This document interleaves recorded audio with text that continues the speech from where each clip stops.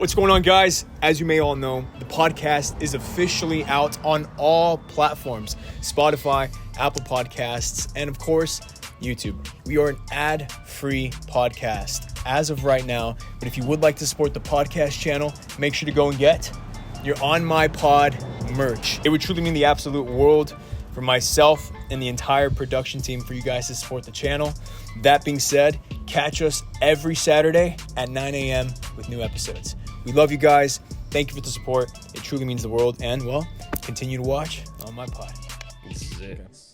I should have wore a better shirt. No, bro, what are you talking about? You look good. It was hot. I saw you in the tank top. I was like, right on. You put on a shirt and tie. I'm like, son of a bitch.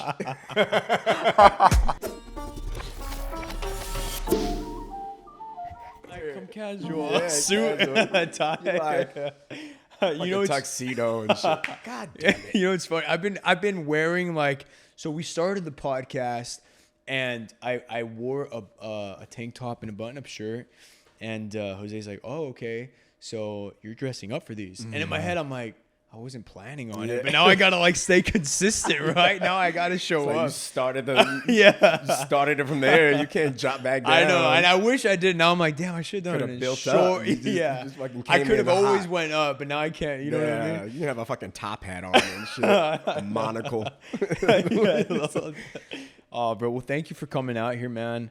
I know you're busy. It really means a lot. Obviously, you were part of the On My Block story, playing such an iconic character, playing Ray, Caesar, and Oscar's father. You know, this show, it made a huge dent. It made a huge impact in society.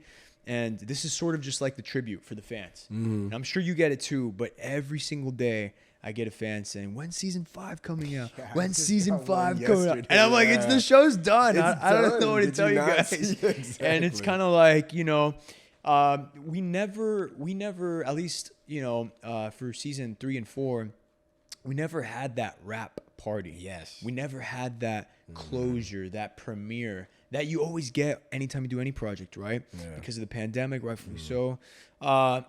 But this is sort of the closure that I guess we could give to the fans. Love that. And we were just talking about it right now because we did season 3 together, right? And you came in and you were saying that you were gonna fly out. What was it, your niece? So I was super stoked. I was actually at even that weekend before everything was locked down, I was at a wedding in Oaxaca, and you start seeing some people with masks on, and it's kind of like every beginning movie to the zombie apocalypse. Yeah, like exactly. News reports, Yeah. like whatever. Yeah. But yeah, my niece was gonna come out, and I have two they're twins, and in fact, Where are they based at? They're in California? they're in Northern California. Oh, no, okay. In Oakley area.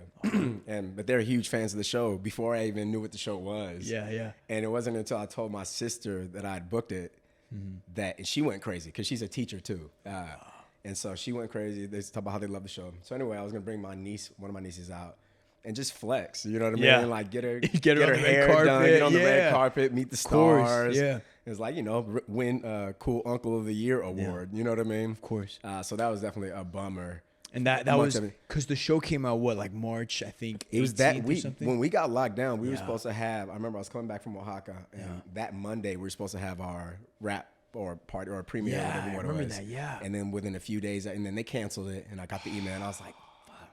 And then I already had a nice suit and everything picked out.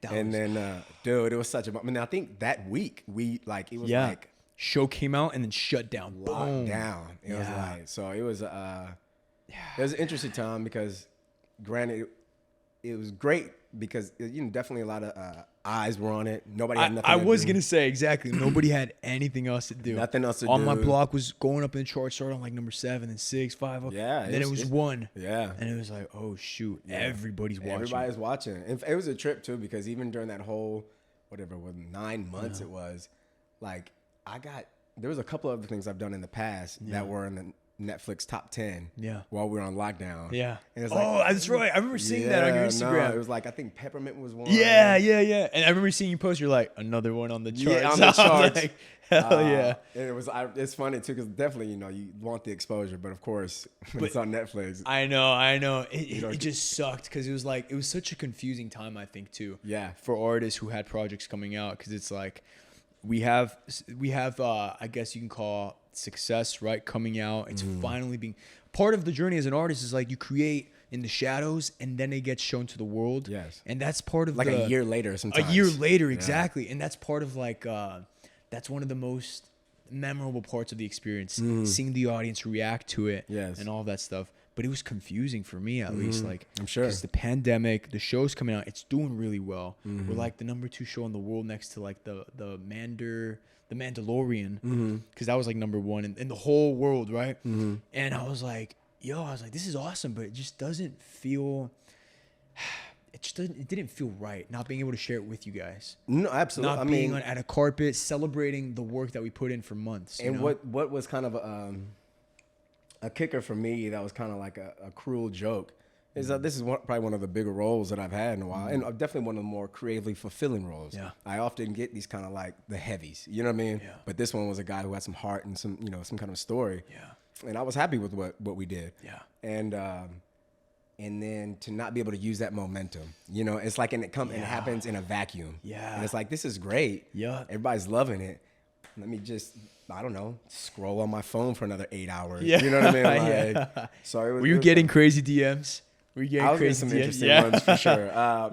It was so funny too because that's why I love Leo. To like, he posted, because I remember seeing people like, who is this? And I wasn't gonna be like, hey, it's me, guys. You know what I mean? Like chiming up. But, Julio posted like my IG or something like that. And I'm talking about it was like a photo of you guys in front of the car, right? I think so. And he put my extra Instagram. And my IG was already kind of building up a little bit. Yeah. But I swear to God, this dude, he posted that, and then like in 5 hours, I had like 6,000 new followers. And you guys kept talking about how it was gonna blow up, and it's like, that's great. No, I mean, I don't do it for the fans. No, of course, yeah. But I was definitely getting some interesting. I remember on set, I'd be like, what was that saying I had with you? I was like, you the real actor. I'm just the IG actor. I remember that. Man. You remember that though? Yeah, no. Yeah. But no, it was all like working with both of you was I think it was even one of your questions, but like especially my favorite for myself was our scene together with the tie. Dude. That was actually one of my auditions. The scene for my audition too. Oh really? Yeah. Okay. And so for season 3, that's right. The tie scene. Right before I'm going to like prom or something. Yeah. And you talking about how like, that was one of your audition scenes. That was one of the audition scenes. Oh, okay. Was that a self-tape or in person? It was in person. Okay. That was, it's so funny. Like I said, so I hate to burst anybody's bubble, but I'm not Latino, but I'm Black and Portuguese. Yeah. But I grew up around that kind of life anyway, especially in Northern California. We got like, I grew up with a lot of mixed company, I should say. Yeah. You know what I mean? Yeah, so it's not unfamiliar to me. But no, even going to, so I've even talked to my managers before, is that, a lot of times because I look the way I do. Absolutely. You asked, you were like, yo, do you think this is a good move? Like, what do you think? Not just that, she already knows that for a while, I've gotten a lot of roles playing a Latino, especially if it's like a criminal. And I've mixed feelings about that. No, I hear you. There's still, Hollywood is interesting. No, I hear you. But it's like Michael B. Jordan, how he was saying, like, he's like, yo, all these roles are coming at me. Street kid, this and that, and murderers. Murderers. And he's like, you know what? I've already done that. I'm doing it. Been there, done that. But there was a point in his career where he's like, I want to play lawyers. I want to play doctors, policemen, because I want to change the narrative. And absolutely. Even right now, I mean, I did, Street Kid. I just did a recent movie called Bad Hombres, and I'm playing like an immigrant coming into the United States. I'll take those roles and I'll crush those. I'll try to serve the story as best as I fucking can. But there will be a point in my career where I'm done playing that narrative because I want to change. Movies hold a huge impact for society. Dude. People will see you and they'll go about their day and they'll be like, they'll get an idea about people, ethnicity, people of color, you know what I'm saying? So that's why my last movie, I was like, it was an offer for a police officer in this movie called Muzzle. And my team was like, no, you shouldn't do it because, and I was like, I'm going to be a police officer. Yeah. I went from running in the streets to now running and patrolling the streets. I'm like, hell yeah, I'm going to do that. So I want young Latino kids to see that and feel empowered by that, Absolutely. Because that's all we, especially when I was growing up, that's what it was. Like you see certain movies and like, I have a certain opinion about it and, not to make it a racial thing, but we see like, one white person just whooping all these minorities' asses. And, you know what I mean? It's like, this is like, you know what I mean? Yeah. It's just, No, man. And even when I have played those roles, I always try to do it justice. I'm not here to play a caricature. You still got to find the. You're a very dedicated actor, brother. I try to. Thank you. Very committed, very dedicated, very disciplined. The thing I love about working with you is you're always there to serve the story and not serve the actor. For the most part, don't get me wrong. I'll do some push-ups. I mean, yeah, I'll do some push-ups. We all do. Come on, we all do. Before the camera, you're playing the father, the dad. The daddy. There's as the girls were calling you. You had to get that somewhere. bicep pump in there. You had me in a tank top. I mean, no, but for sure. No, that's what I loved about even playing Ray was that I can put on whatever kind of dialect or posture, whatever, but what has to still come out is who's this person, you know what I mean? And finding the love of it, you know what I mean? A lot of people didn't get a fair shake in life, you know what I mean? We've all have our own histories and shit like that. And some people aren't bad. A lot of people aren't bad people, just in bad circumstances. Yeah. And and you gotta fucking do what you can. Yeah. You know what I mean? To survive, to take care of their family. Exactly. And so a lot of times growing up in myself included, you're fed bad information. Because those feeding you the information weren't told any different. You know what I mean? And they put you on the wrong track. On the wrong side. And it's like not even by choice, but rather those were just the resources around you. You're trying to survive. You know what I mean? Like people. Did you bring a lot of that to the role of Ray? Like what was Ray's backstory and how did you really tackle that role down? Because that was a really, you're the father of the spooky and you know what I'm saying? Like how did you approach that? Well, I mean, like I said, man, like I definitely had some my own questionable upbringing, and I know people. You know what I mean? I know some people have done some messed up shit, but they weren't necessarily bad people to those that they cared about. You know what I mean? Yeah. As far as with Ray, it was somebody who I know what it's like to be an adult and looking back on your younger years and like, what the fuck was I doing? And it's one thing to have guilt for your own circumstance of what you've done. It's another one that affects children. You know what I mean? It's like. I still saw him as somebody who was who loved his children deeply and felt a certain amount of shame and guilt for putting them in that lifestyle and exposing them to certain things. And a lot of times people go to prison, they have time to reflect. They have time to get away from drugs and alcohol. They can do certain programs. And when you start, that's what even what PTSD is. It's kind of like you don't know what you're doing is wrong or have an emotional reaction when it's happening. It's not until years later when you start looking back and kind of connecting dots, you're like, what the fuck? Yeah. And so it was his chance to come back and at least make good. You know what I mean? Like, and still not know what that means. Yeah. You know what I mean? So I really just wanted to figuring it out. But because we never really even have it figured out. Not especially like when I was very young, like 13, 12, I would look at my parents and I'd be like, they got it all figured out. And just recently, we had an incident happen in my family, and like, it was one of those things where I looked at my parents and I was like, they're just like me. They were just like they had no idea what the fuck they were doing. They're still trying to figure it out, and it's never a left or right, black or white. It's this game of life is very confusing at times and difficult to sort of sort out at all ages, right? At all, and it doesn't stop, and never stops.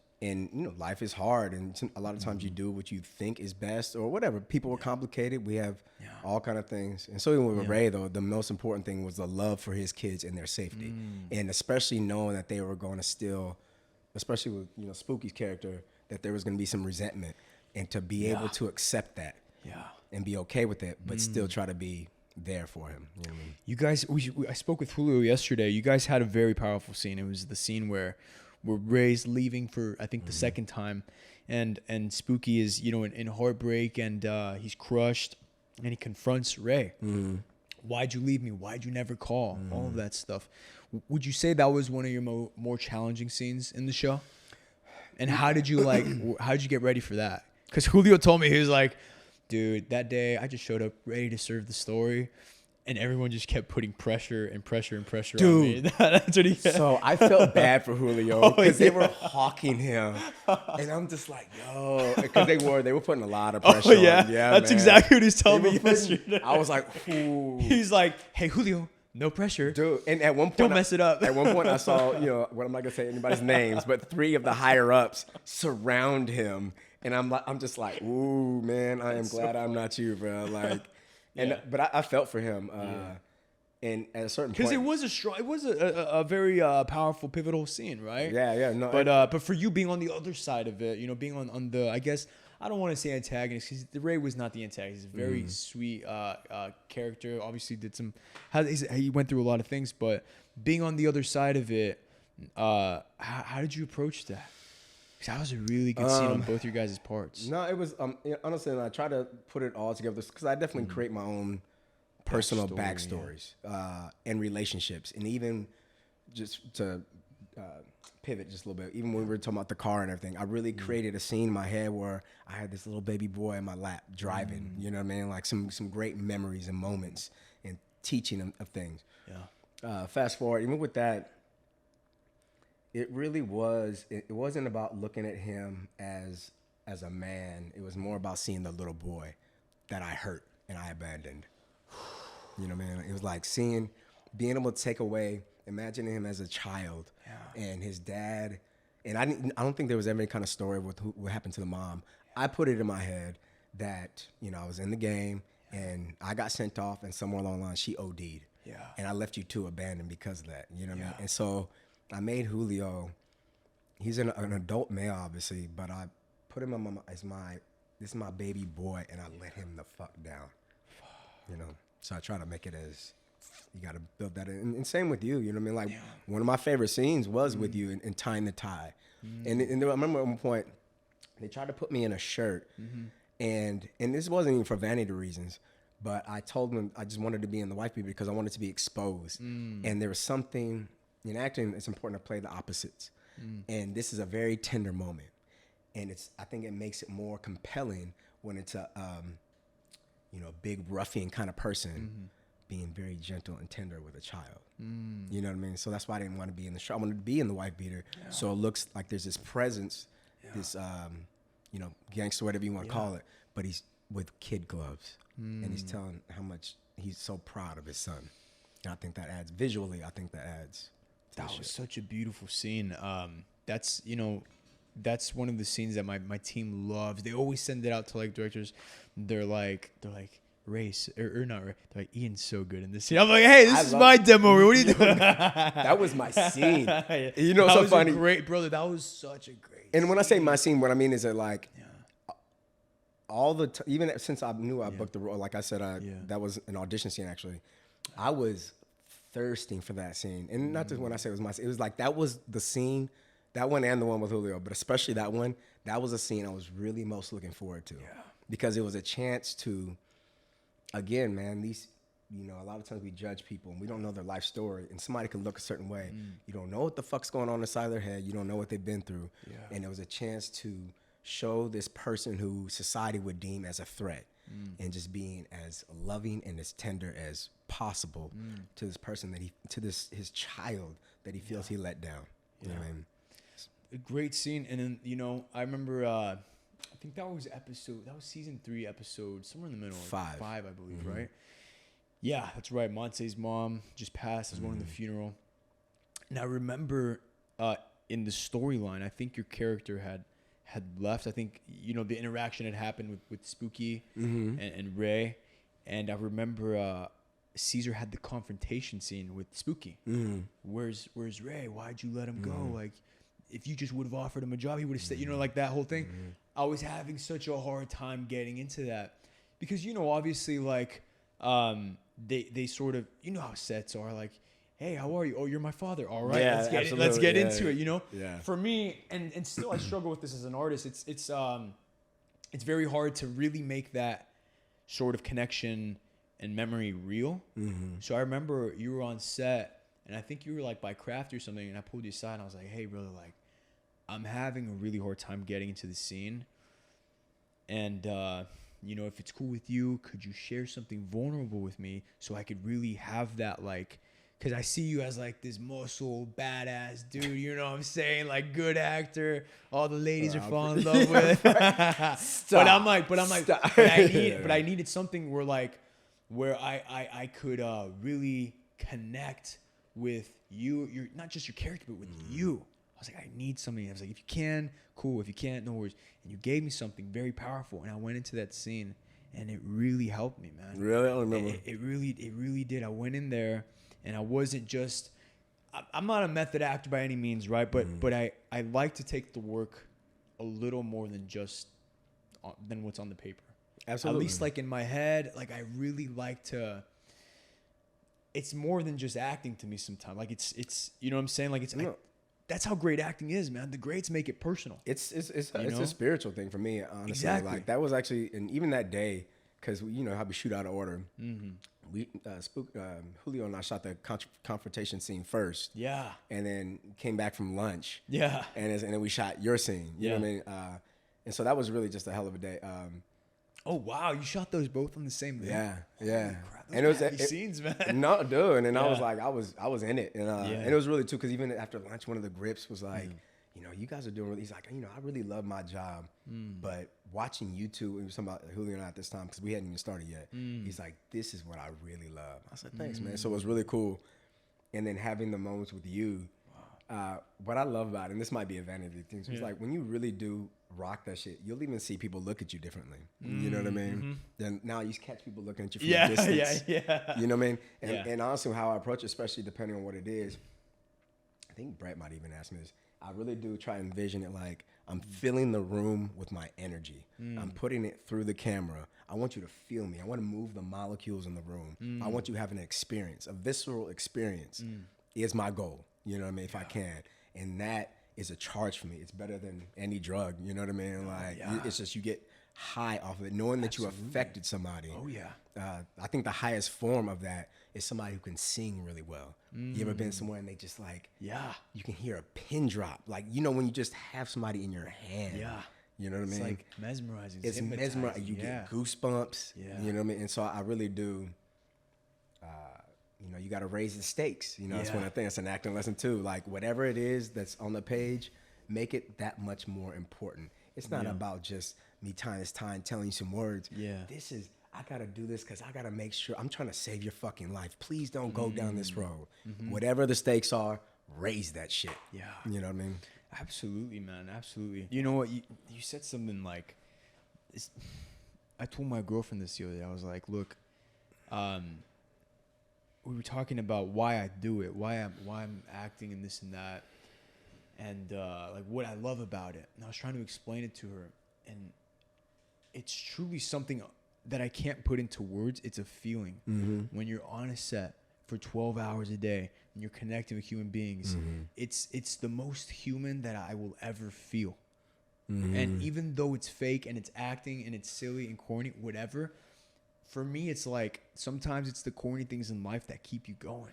And acting is like one of the honestly, I don't know where I'd be if I wasn't acting. I think, you know, when I was a little kid, I was like, I want to be the world's greatest criminal. I watched Catch Me If You Can with Leonardo DiCaprio and Tom Hanks. I was like, I want to do what they're doing. My dad was like, no. I think you want to be an actor. And if you don't mean that, I'm going to take your ass to military school. Yeah, exactly. But I try to explain it to her. I was like, it's just such a high you get every single day on set, and in a good way, right? It's because you get to pour your soul into the work, and once you finish it and you accomplish it, and you get to see the work of others, your co-stars, and it all just comes to life. It's like creating a universe. Absolutely, right? And everybody has their method. I have mine. You know, Julio has his. But what was yours? Was it method? Was it Meisner? Like, no, I mean, how do you approach the work as an actor? I look at it, I mean, like I approach even my own spirituality. I pick and choose what works for me. You know what I mean? And it can change from time to time. You know, I definitely have like some little tricks that I can use here and there. Yeah. But I don't believe any one method or set. I think you get stunted by that, because if it doesn't work for you in one moment, what are you gonna do? You know. Absolutely. So pick and choose. Sometimes it's like scene by scene, right? It's for scene me, by it scene. is. Like sometimes, like I can't.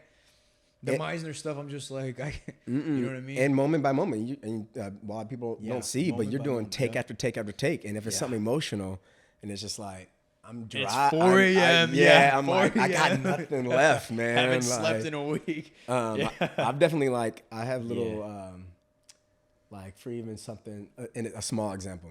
I was in a casting director's workshop, and I wanted to the scene that they gave out, it was everybody was supposed to do like the co-star, the the 2 or 3 line. This is in New Orleans. I was like, and I hit him up. I was like, can I do the main characters scene?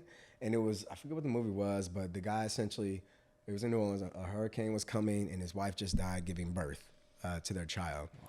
And so another little trick I learned too for auditions for any other actors. Yeah. Especially if it's a period piece, whatever.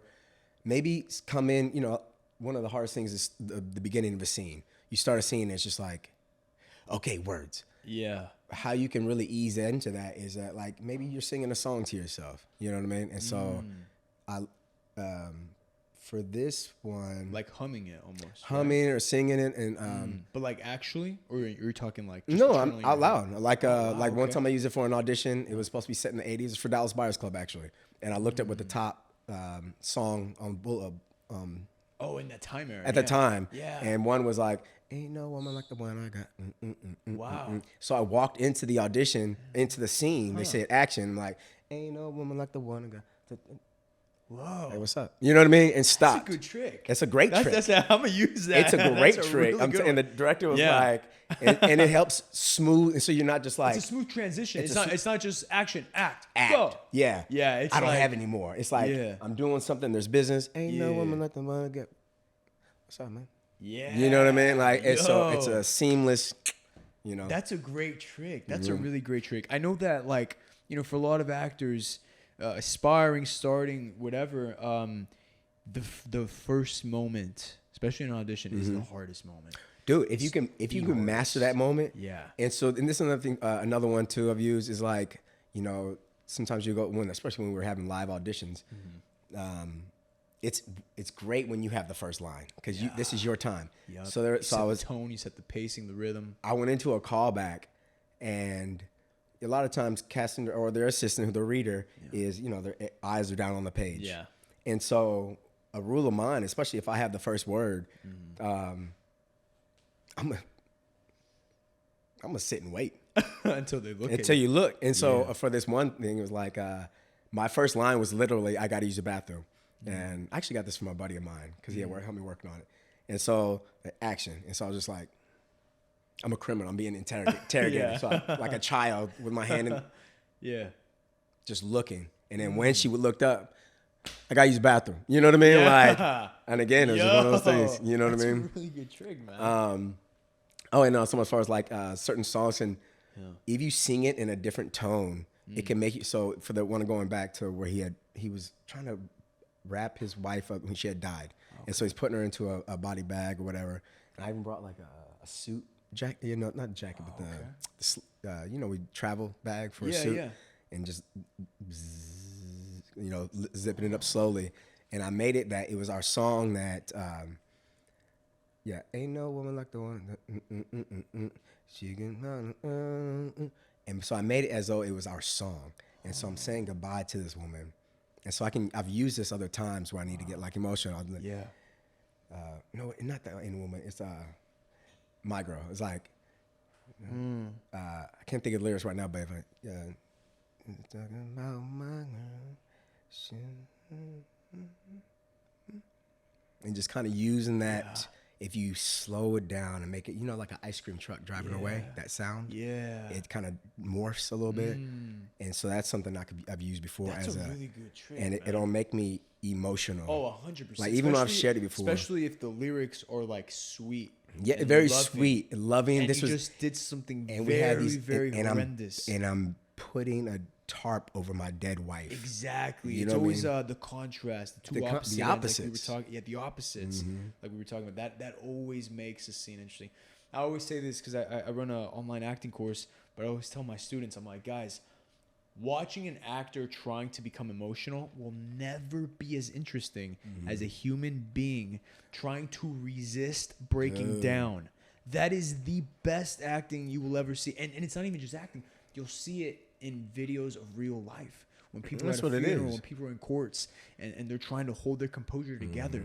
It's the most compelling to watch, behavior to watch. Absolutely. And it's because even with acting, it's about fighting to win. Yeah. Even if you're going to lose, you need to be fighting to win. Exactly. And nobody, if I see you and just like, you're just like, like, I don't care. I'm not going to root for you. I'm not going to root for you. Go I don't give a fuck. Yeah. You know what I mean? But when you see somebody battling, like holding it back and really trying to clear their throat and just be clear, and you see it, it's like, oh my God. Yeah. You know what I mean?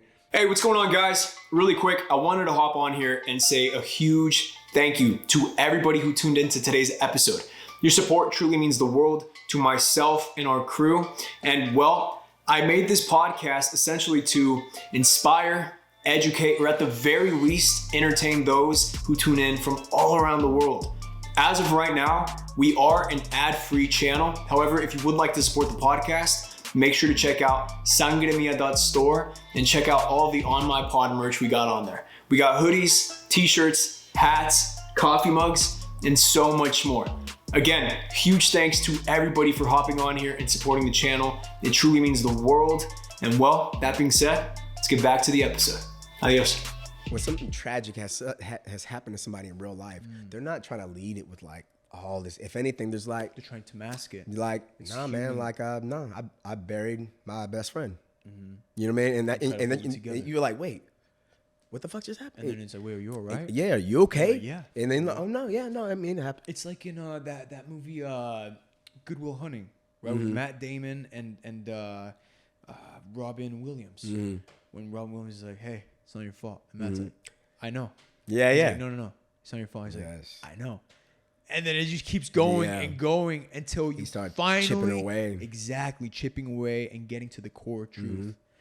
And you said something interesting, like as soon as the character, the actor starts kind of wallowing in their own emotion, it just doesn't become interesting. Nobody goes to the theater to watch a character just give up. We want to see them fight, man. Exactly. We're already dealing with tough shit in our life. Exactly. I don't want to see this fool just like just bend over and take it. Like, let me see, even if you're gonna lose, put up a battle. Put up a fucking fight. And that's what I love about fight to movies win. and cinema. It's like just the resemblance to life, right? We're all going through our own battles. Life's fucking hard, man. Life's super fucking hard. In man. India, at one point in time, I think they were, I don't know, you have to fact check it, but like sad movies were outlawed because it's fucking depressing. It's the poverty is so high. Wow. And nobody wants to go to a movie and see a sad story when they walk out into fucking Calcutta and there's homeless people everywhere, children.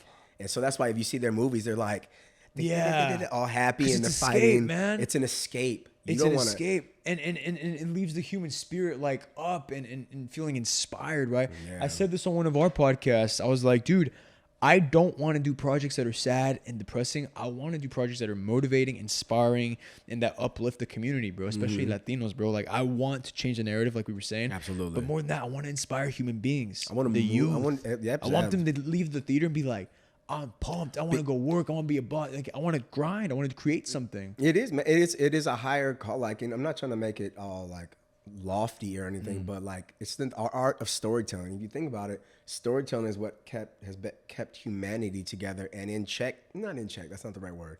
But when you talk about religion, these are all stories. In these, you know what I mean. No matter what you feel, what your opinion is about whatever religion, there's still a series of stories that are teaching us about overcoming, about hardship, about what you got to do. You know what I mean? Like there's stories that help guide society to keep it civil. You know what I mean? That's the importance of storytelling. And it keeps us connected too from the end, from like, it's interesting to see though, like, and I think we were talking about it with Mark the Cascos, but it's interesting to see that human beings have been human beings from the beginning of time. We've had wants, we've had needs, we've had desires, we've had we've experienced betrayal, jealousy, all of these elements.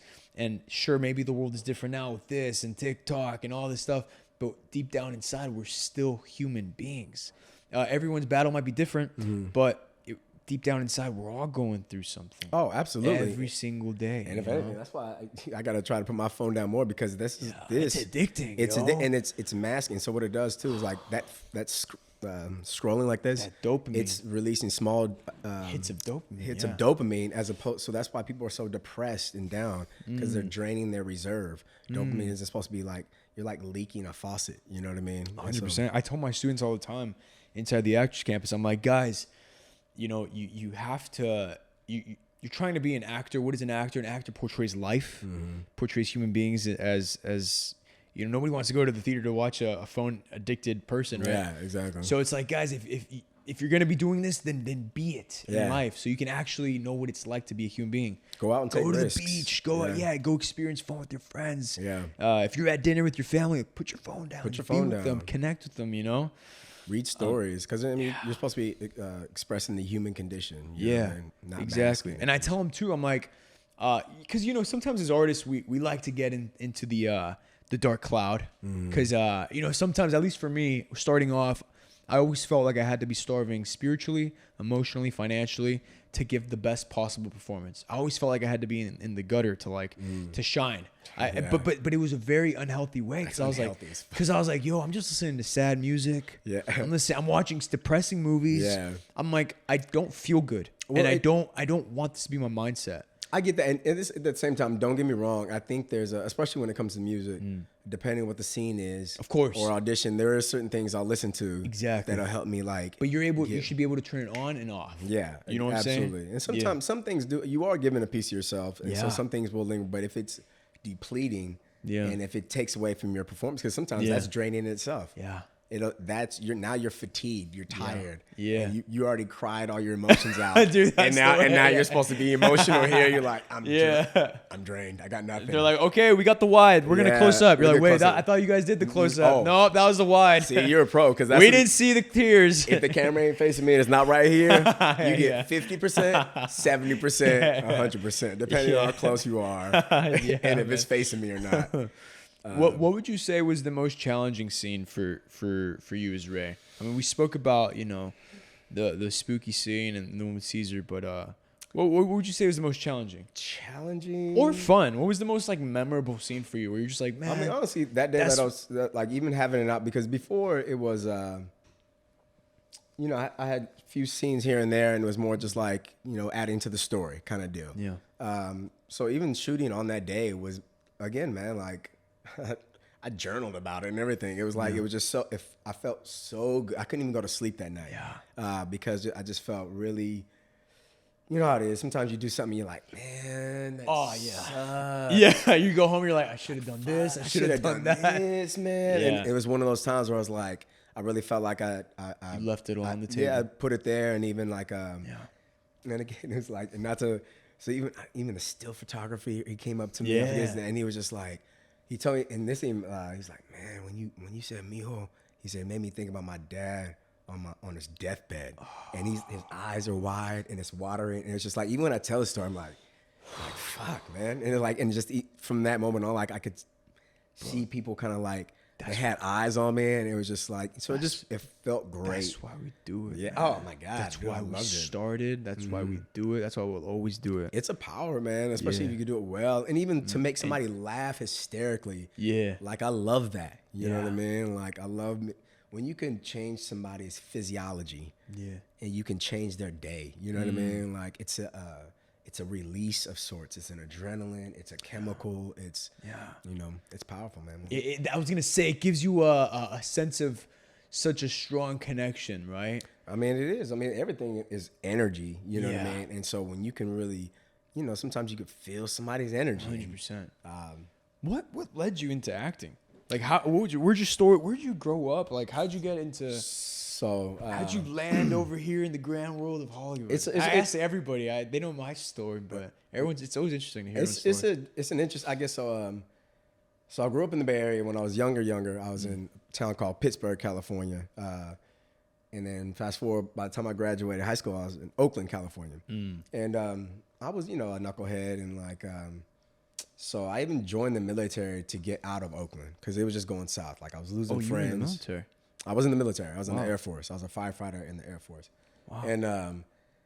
And I always had a problem with authority. I didn't like where I was at. And I joined that because I wasn't doing shit in school. You know what I mean? It's not that I couldn't. It's just I wasn't. I was in the streets and doing shit, you know? And so there was one day, and this is when I kind of started getting into my own spirituality. And at the time, I remember hearing if fear and God can exist in the same space at the same time, and God is everywhere in all things, and where is there room for fear? And so it's kind of like a mindset thing. And so I was in the military, and I'm trying to sum it up. And I was always in trouble. I wasn't happy. And I was like, I need to stop being reactive and be proactive about what I want. So sitting there, I was kind of praying on it. And I was like, how about being a doctor? He's like, no, because I don't want to see any kids get messed up. What about being a lawyer? That'd be cool. And I still think I'll be a great lawyer, but I don't want to either get guilty people off or more so send innocent people to jail. And for whatever reason, I was like, what about acting? I've never done anything acting wise up until that point either. And I said it, and as soon as I said acting, like my stomach turned, I got nauseous, my skin got hot, I started sweating. I was like, fuck, I gotta go after this. Because I wanted it to be something that was gonna have me engaged. I purposely don't have a plan B. Yeah. I don't have any kind of, that could have been a stupid thing, but I wanted something that was gonna. No, you're committed. Where I could be committed, because I never was up until that point. I would always not really apply myself, and so I wanted something that was gonna be kind of like swinging for the fences. I got nothing to lose. Life is short. Yeah. And so I took my first acting class while I was in the military. Wow! Did they have a program over there? No, but because I was in the Air Force, we were allowed to. You can go to school. Okay. And so I don't know if they would have approved it, but I told them I was just taking a class. But it was actually at the Alabama Shakespeare Festival. Oh, wow. And it was interesting. You start off with anything, you can be solid. Yeah. And then you start getting more into it, and then you suck. Yeah. You know what I mean? Yeah. You start learning more about it. Yeah. You start becoming really self-aware. Yeah. It's like, oh man, I suck. Nah, for sure. Yeah. But then you kind of stick with it. And then you grow. It starts. All the information starts kind of clicking. It's like driving. Whenever somebody first starts driving, it's like, you got to check your rear view mirrors. You got to check everything, the little things. But then before you know it, it just starts making sense. Exactly. It becomes instinctual. And it starts making sense. I love that. You know what you're doing, why you're doing it. You know the mistakes to, I always tell my girl, I'm like, hey, always look over your left shoulder before you turn left, because when you're switching to lane, because it don't matter your technology's telling you you're good. See it, yo.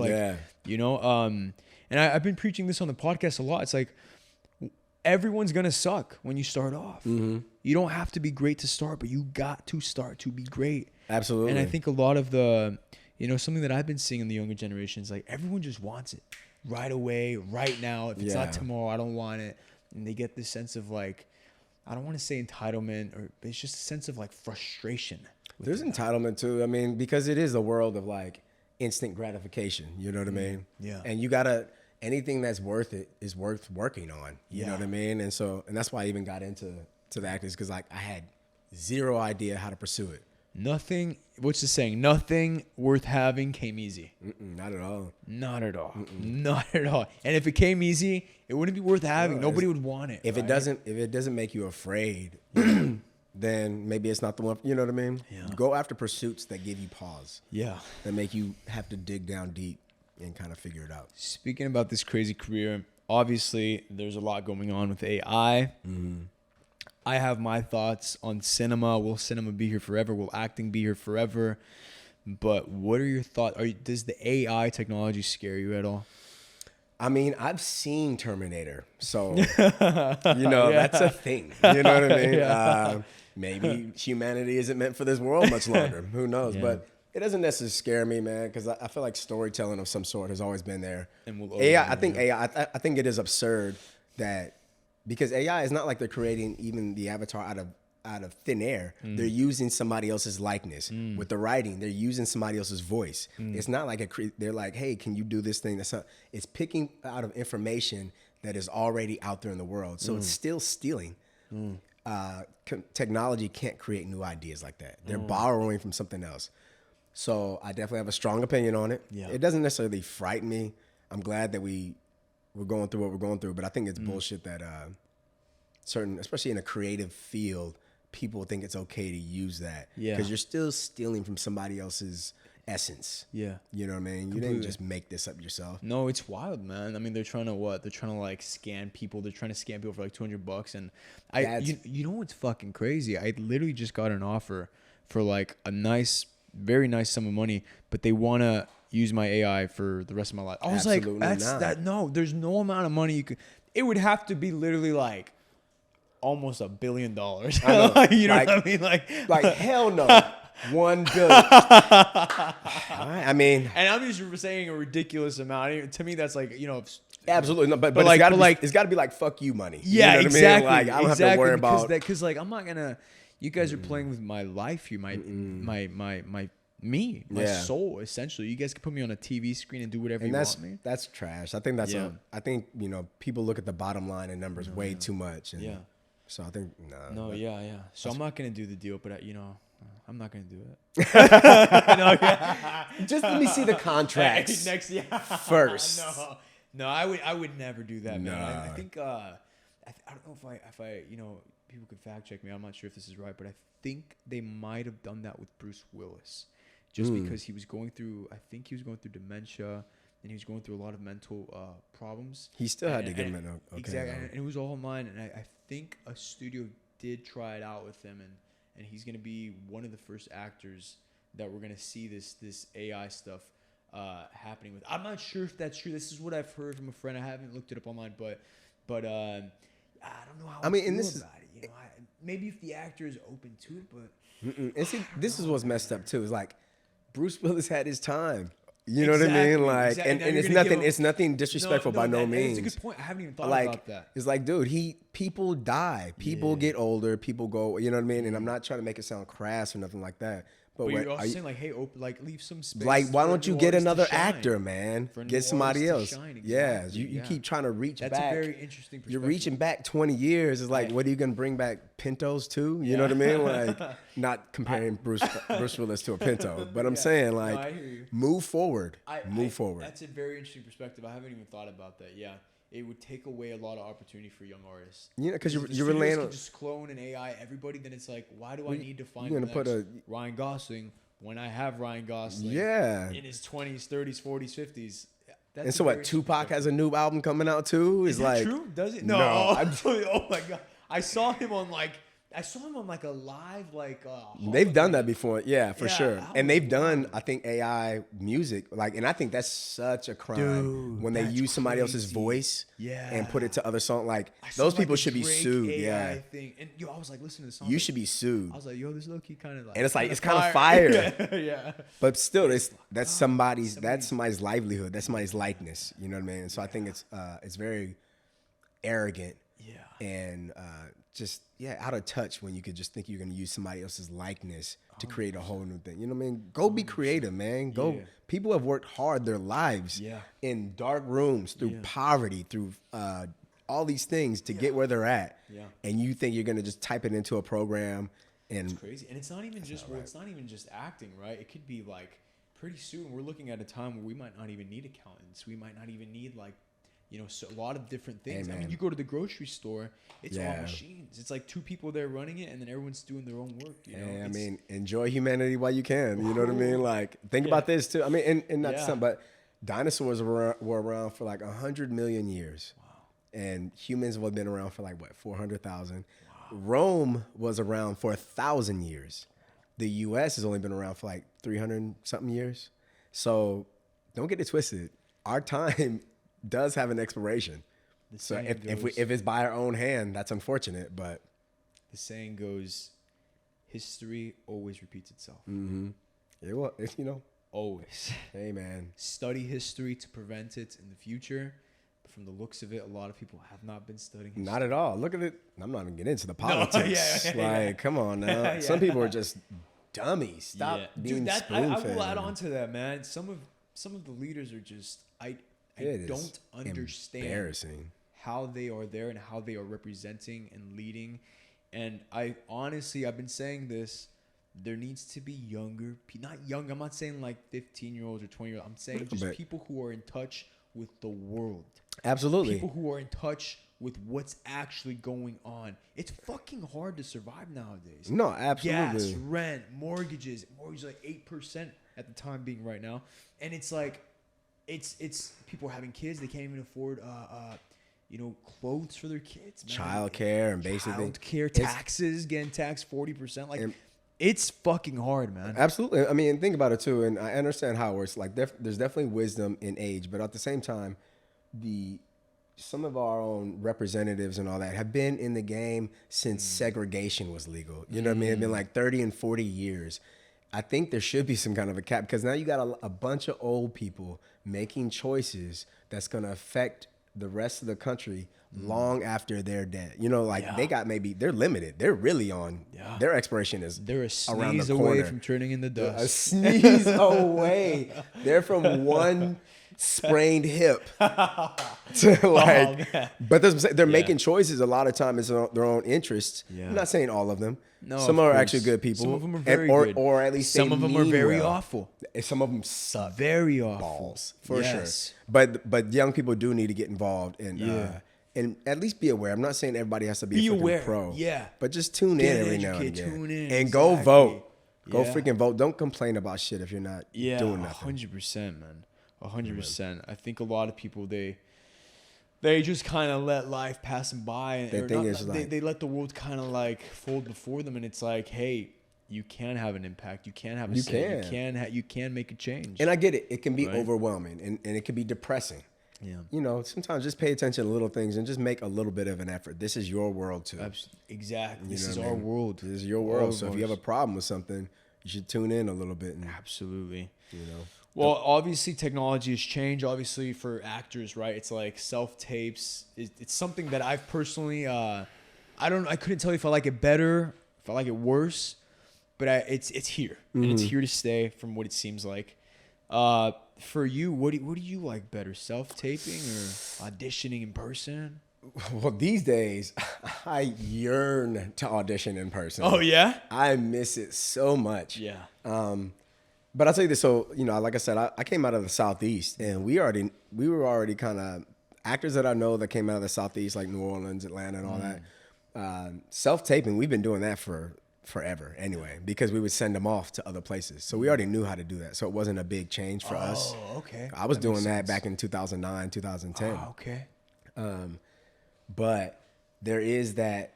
So sometimes it could be to your favor because you can do it as many times as you want. Yeah. But then the downside is that I can do it as many times as I want. And then it's like, it's too many times. Dude, you know what I mean? Like Like 100 times. you know, and my boy's like, yo, like we got it. You got it. On it's the like, first no, one, man. The first one was good. I can't do it.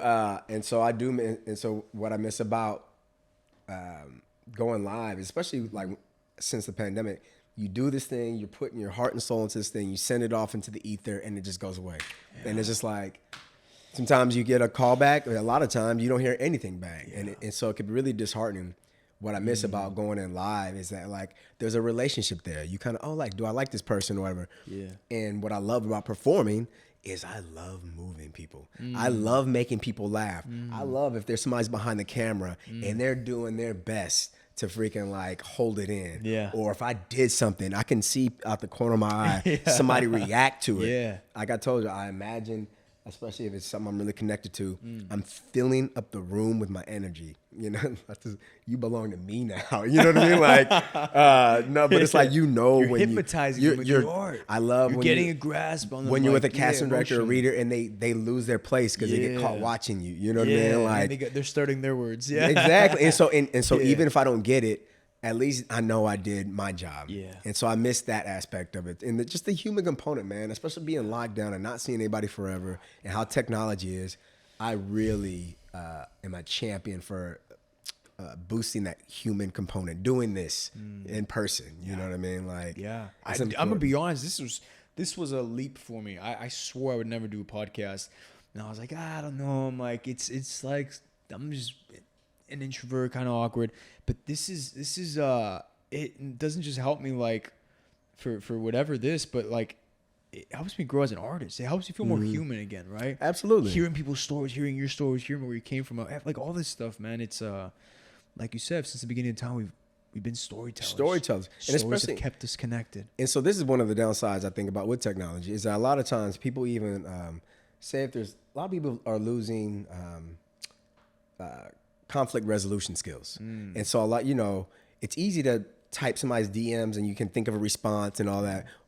What's being lost, especially on younger generations, is this face to face, you know, especially if you have a problem with something. And I'm not saying to like, make it violent, but you need to figure out Some people shut down is what I'm saying. Yeah. Something needs to get taken care of, and when it's right there in their face, they get meek, or they get small, or they don't know how to express themselves. They can go home and get online and start going crazy. Yeah. But it's like, this is right here, right now. What are you gonna do? You know what I mean? Yeah. So I'm fortunate enough to come from a Generation X, baby. That's you got a problem with somebody. It happened right there. You better and be then. able to say it. It my wasn't. face. It You ain't wasn't gonna say online. it online. Yeah. It was like, You can say it yo, behind I my heard back. you were saying something, man. Yeah. You're like, But I actually think that's better, right? Because then you actually have to question, hey, am I willing to take this? Is it something you're willing to fight for? Not just like physically, but actually like emotionally fight for it. Absolutely. Stand for it. And or are you wrong? Because you might be wrong. Absolutely. You know? And you have to think about it on the fly. And you're absolutely right, because it is that thing. You start to realize that people can go home into their dark room and they can let their imagination run and write all kind of, and make it just 10 times Take worse. their time. Yeah. You know what I mean? Because now they're like, oh, I would say this and this. Yeah. But when somebody's right there in front of you, you'll think twice about how much this means to you. Like, exactly. But yeah, not even just physically, but like, there's human beings, man. We're meant to have interaction and figure it out in real time. You know what I mean? I don't know. For the younger generation who specifically want to become actors, what is some piece of advice that you could share with them in today's day and age, having seen the game changed, right? As far as advice, make sure nobody knows if that's what, if that's what you really want to do. Make sure it's what you want to do. It's not an easy game. Yeah. Be prepared for the long haul. There's very few people actually just make it just right off top. Yeah. I would say go get into a play or a class and see if it really speaks to you. You know what I mean? Like, people think they want to be actors because they see the sexy side of it. Yeah. They see the red carpet. They see great scenes or finished products. But what they don't see is the shadow aspect of it. There's a lot of people out there with multiple side gigs, not knowing where the next check is going to come from. And I'm not saying that always has to be you, but like I said, just like the hiatus of waiting for the project to come out. Like, oh my goodness. I got friends who work on major projects, but their work and reward system is so messed up that when they're not working, they're just so down. And like, and it's like, hey, like, you got to learn how to pick yourself. You got to learn how to stand strong. You know what I'm saying? Like we were saying earlier, like, we're all battling, but like, don't just give up, No, don't give up. And Never. You learn how to stand strong when you're in a weak point. You know what I mean? Sure. Like, and so it's the pain that brings out the it can build character. Strong, yeah. But I would say if you want to be an actor, definitely experience life. What I mean by that. So even when I was in college, I was a communication major and a theater minor.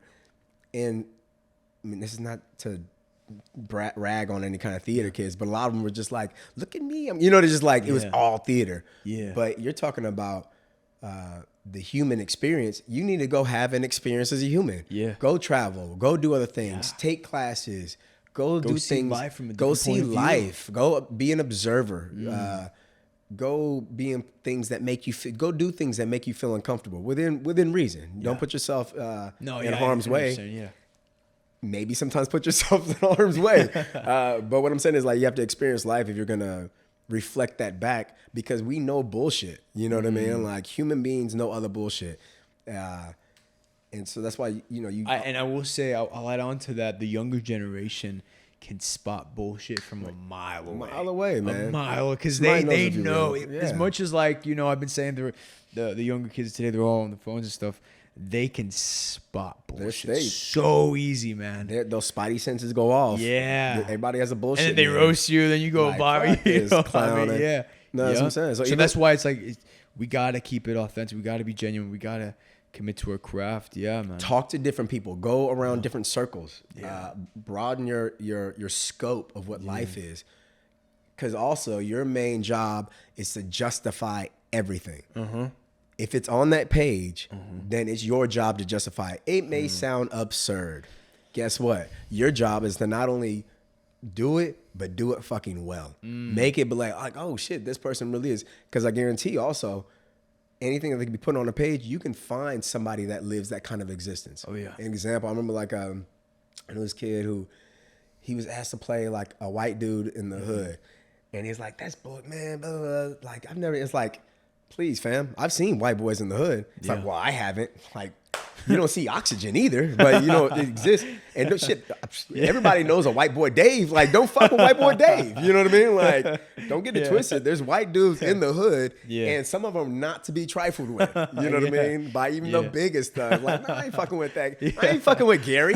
You know what I mean? Like, you know, so it's your job to still justify everything and make it real, make it authentic. So, and you get that by having more information to pull from, more experiences, more real things to pull from. That's beautiful, brother. That's beautiful, bro. Well, I want to wrap this up with the last question. If OMB comes back with the musical, what is Ray's go-to song? What is Ray's go-to musical song? Oh, my God. He gets to come back. Everyone gets one scene where they get one song. What would be Ray's? Since we brought it up, I'd be like, I won't deny it. I'm a straight rider. Let's go. With the hologram of Tupac. Hell yeah.